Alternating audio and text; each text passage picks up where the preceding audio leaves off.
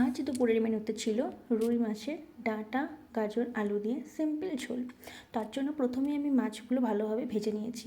মাছ ভাজায় বরাবরের মতোই আমি কাঁচা, উল্টা থেকে প্রতিবারই আমার মাছ ভেঙে যায়, নয় তেল হয় না হয়তো ঠিক করে, কিন্তু তবুও আমি চেষ্টা করেছি। আর দেখো আমি মাছগুলো ঠিকঠাক করে ভেজে নিয়েছি।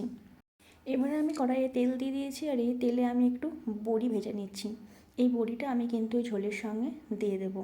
এটা আমার কর্তামশাই খেতে খুব পছন্দ করে। আর আমি এখানে সবজি নিয়েছি অনেকগুলোই, গাজর আছে, আলু আছে, ডাঁটা আছে, আর ফোড়নে শুধু নর্মাল আমি 5 ফোড়নই অ্যাড করেছিলাম। তারপর সবজিগুলো হালকা করে ভেজে নিয়েছি, আর আমি মশলা হিসেবে এতে একটু কাঁচা লঙ্কা, আদা আর টমেটো দিয়েছিলাম, আর জিরে গুঁড়ো দেবো। তো দেখো আমি সবজিগুলো ভালো করে ভেজে নিয়ে এতে নুন হলুদ দিয়ে একটু নাড়াচাড়া করে নেব।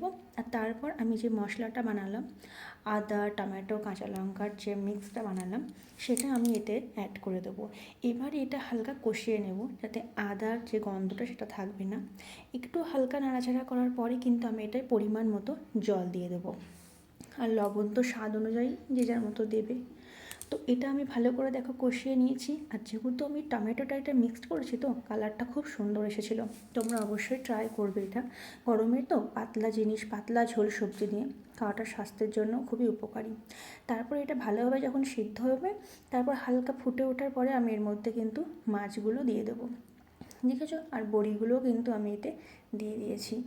এই মাছ বড়ির ঝোলটা কিন্তু গরমেতে খাওয়া খুবই উপকারী, আর খুব সিম্পল রান্না, কম মশলা কম তেলে রান্না।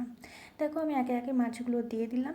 আর হ্যাঁ, আমি শেষে একটু কিন্তু এটাই গরম মশলা দিয়েছি, যার ফ্লেভারটা সেন্ট আমার খুব খুব খুব ভালো লাগে খেতে।